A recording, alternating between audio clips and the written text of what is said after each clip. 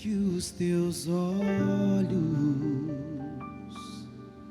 sempre atentos, permanecem em mim, e os teus ouvidos estão sensíveis para ouvir meu clamor. Posso até chorar, mas a alegria vem.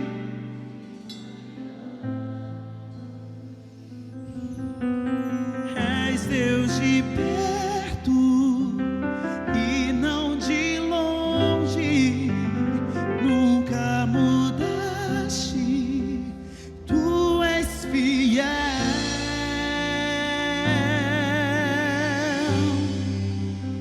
Deus de aliança, Deus de promessa, Deus que não é homem pra mentir.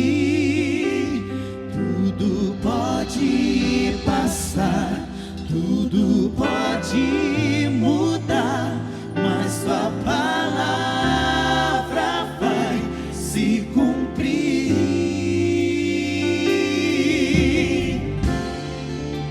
Sei que os teus olhos, sempre atentos, permanecem em mim, e os teus ouvidos estão sensíveis para ouvir meu clamor.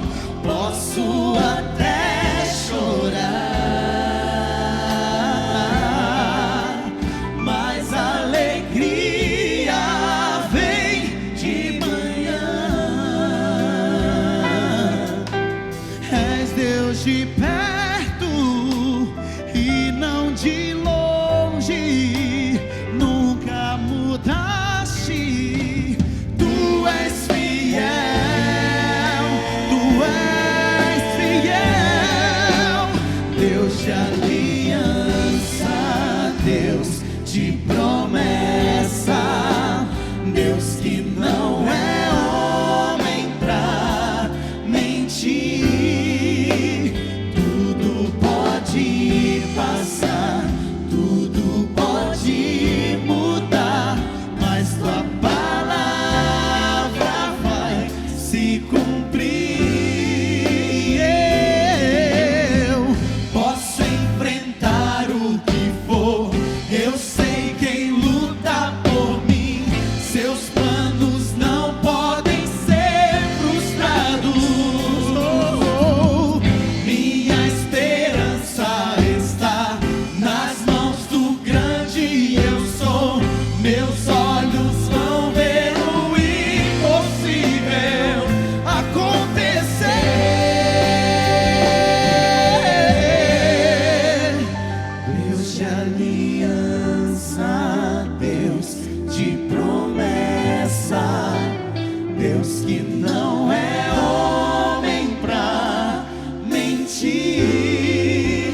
Tudo pode passar, tudo pode mudar, mas tua palavra vai se cumprir. Deus de aliança, Deus de promessa, Deus que não é homem pra mentir.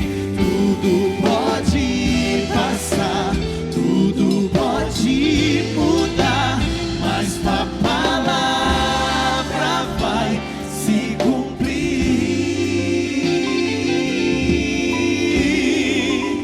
Deus de aliança, Deus de aliança, Deus de aliança.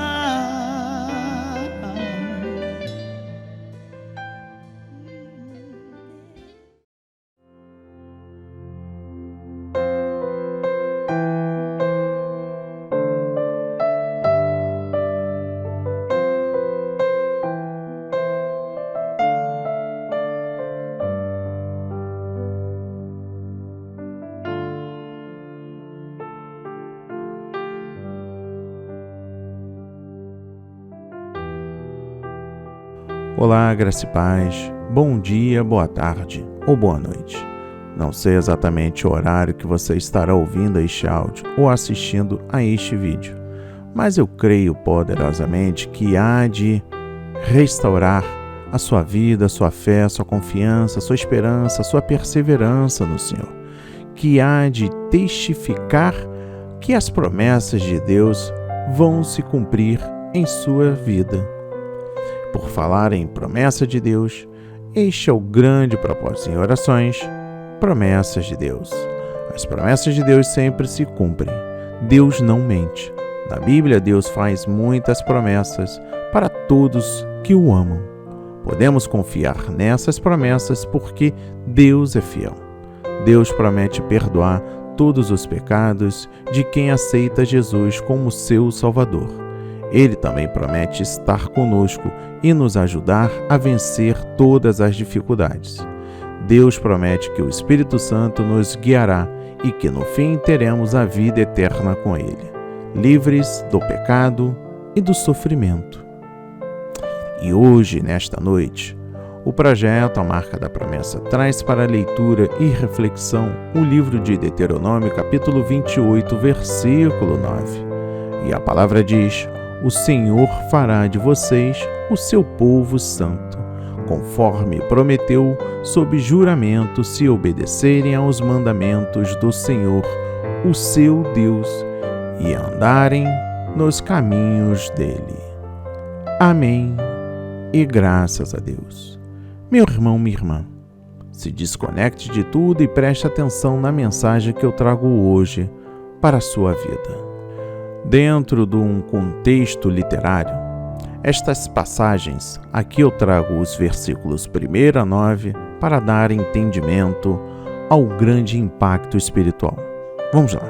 Repetindo, estas passagens enfatizam repetidamente a responsabilidade que os israelitas tinham de obedecer, embora Israel não tivesse obtido a salvação por meio da obediência.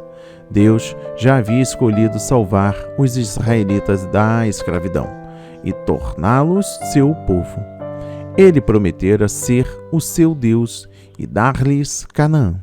Mas Deus impôs uma condição para que os hebreus recebessem todas as ricas bênçãos na terra. Se ouvires a voz do Senhor teu Deus, tendo cuidado de guardar todos os seus mandamentos. Caso os israelitas satisfazessem esta condição, o Senhor, Deus deles, os exaltaria. As bênçãos divinas viriam sobre eles e os alcançariam. Elas seriam a fonte do contentamento das pessoas. O vigor do Senhor se expressaria em todos os domínios da vida, na cidade e no campo, na descendência do homem e dos animais, na preparação da comida e nas viagens.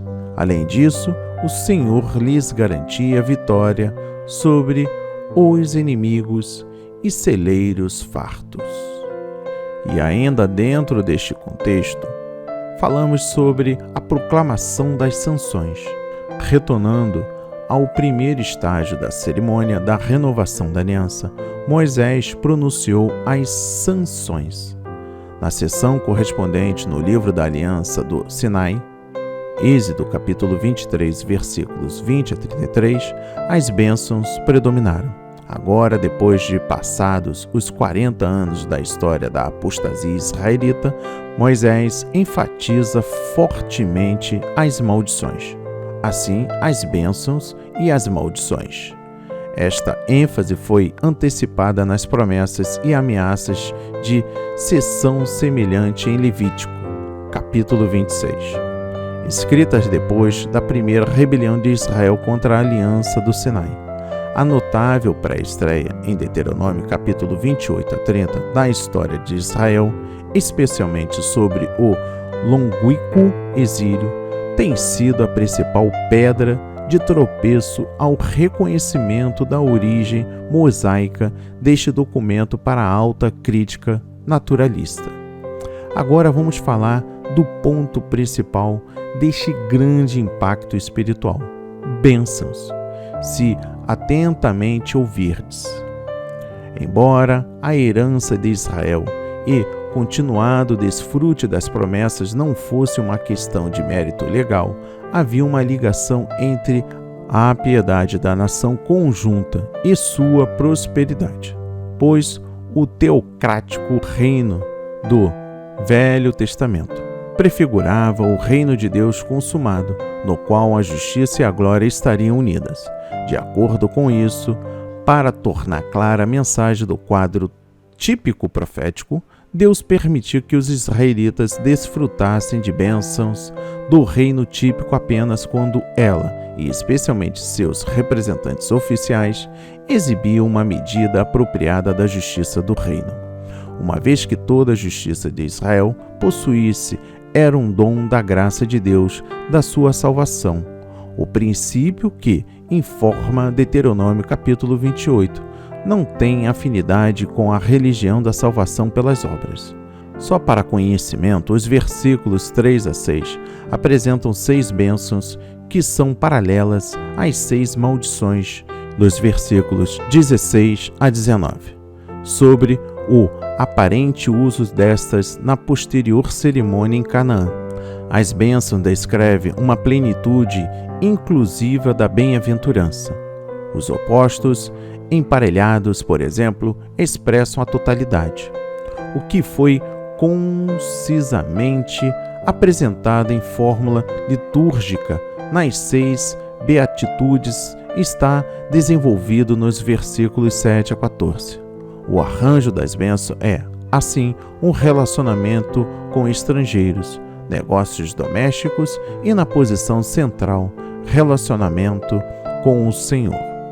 Se Israel obedecesse ao Senhor, ela sobressairia em todos os encontros militares e comerciais com outras nações. Dentro do reino haveria abundância de produção. Canaã seria verdadeiramente um paraíso onde fluiria o leite e o mel. E, principalmente, Israel prosperaria no relacionamento com o Senhor da aliança. Esse era o segredo de toda a bem-aventurança, pois o seu favor é a vida.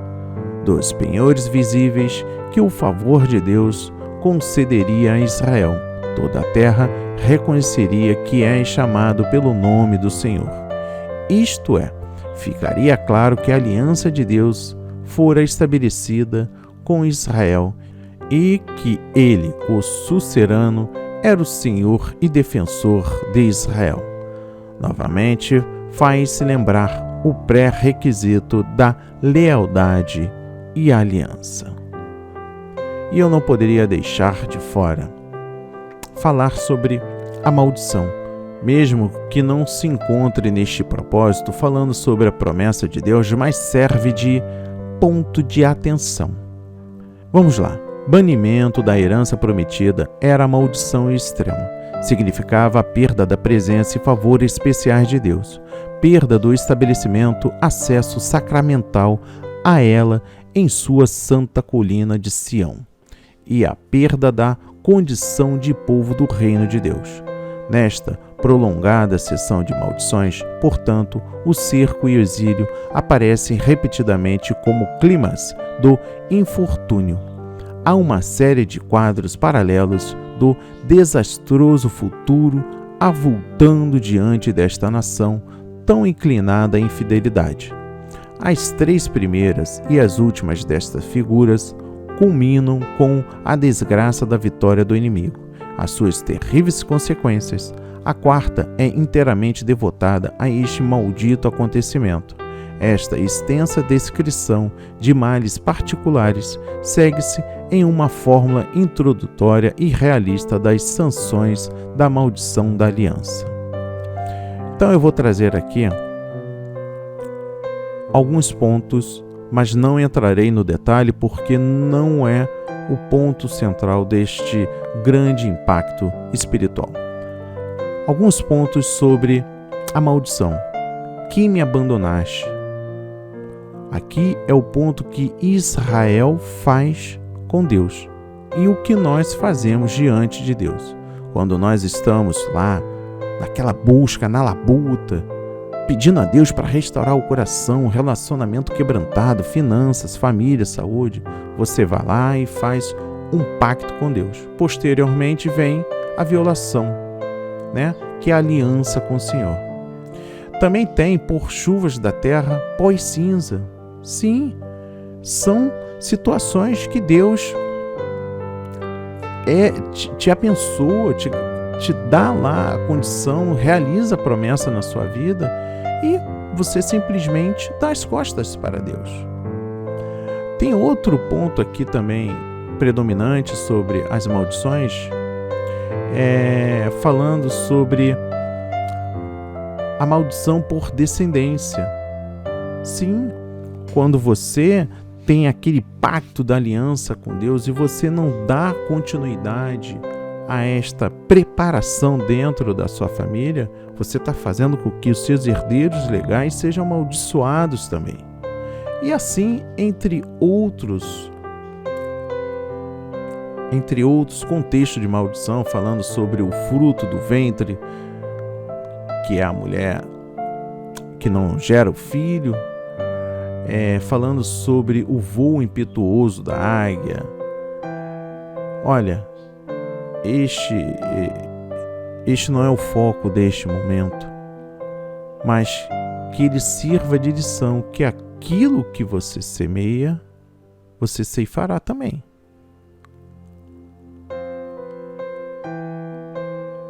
Não queremos aqui gerar um ponto de pânico, mas de um ponto de atenção. Deus é o mesmo que promete bênçãos, que também permite que coisas ruins aconteçam por conta da nossa desobediência. Olha, o capítulo 28 fala das bênçãos anunciadas no Monte Gerizim. Na primeira parte do capítulo nos instrui a seguirmos os mandamentos do Senhor e tais bênçãos serão em nossas vidas. E eu recebi hoje mais de Deus. E assim você também pode receber mais de Deus. Algumas bênçãos que os nossos líderes ministram em nossas vidas estão aqui em Deuteronômio capítulo 28. Sobretudo destaco o versículo 9. Mas uma coisa é você ouvir da boca do seu líder, outra coisa é de Deus, falando com você o quanto Ele quer que você seja santo para que você viva essas bênçãos que o Pai Celestial tem para cada um de nós. Mas para que isso venha a acontecer, devemos seguir nos caminhos retos, obedecendo aos mandamentos deles. Por isso que a palavra diz: quando guardares os mandamentos do Senhor teu Deus e andares nos teus caminhos. É o texto principal do Deuteronômio, capítulo 28, versículo 9. Deus, assim como fez na vida de Moisés e de Josué, Ele também vai abençoar aonde você pisar com as plantas de seus pés. E tudo que você colocar as mãos prosperará, porque terás poder em suas mãos. E Ele vai abrir os céus e derramar a chuva na terra e no tempo certo.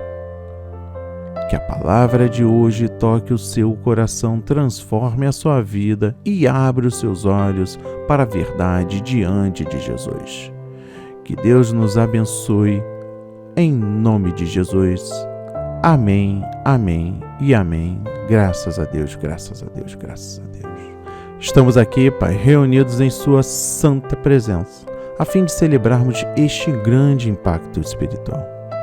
Mais uma vez, Pai, pedimos para que o Senhor molde o nosso caráter, purifique os nossos corações, assim para que as promessas que o Senhor tem para nós sejam cumpridas em nossa vida, dentro da Sua vontade e do Seu tempo. Oramos e glorificamos o Seu santo nome. Toda honra e toda glória seja dada a Ti. Amém, amém e amém. Graças a Deus, graças a Deus, graças a Deus.